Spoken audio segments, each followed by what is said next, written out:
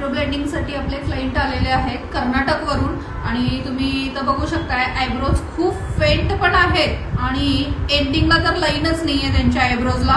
proper line नाहीये आणि eyebrows दिसतही नाहीत कलर शेड खूपच मॅडमचा फेअर आहे आणि त्या मनाने आयब्रोज विरळ पण आहेत कलरही नाही आणि या आयब्रोजना आपण आज मायक्रो ब्लेंडिंग द्वारे करणार आहे एक प्रॉपर शेप मी आता आखणी करून घेतलेली आहे ऑलमोस्ट तुमच्या प्रमाणे शेप फेस प्रमाणे तुम्हाला कोणता शेप छान दिसेल कलर टोन काय असला पाहिजे हेअरचा आयब्रोचा तर ह्या सगळ्या कन्सल्टन्सीसाठी आपल्याला लागतो अर्धा तासाचा वेळ आणि त्याच्यानंतर मग डिसाईड केलं जातं की मॅमना आपण कोणता शेप देणार आहे त्यांच्या फेसला कोणता शेप सूट होऊ शकतो त्यांनी फेअर खूप आहेत मग तिथे डार्क आयब्रोज करणार का तर बिलकुलही नाही आणि त्यांच्या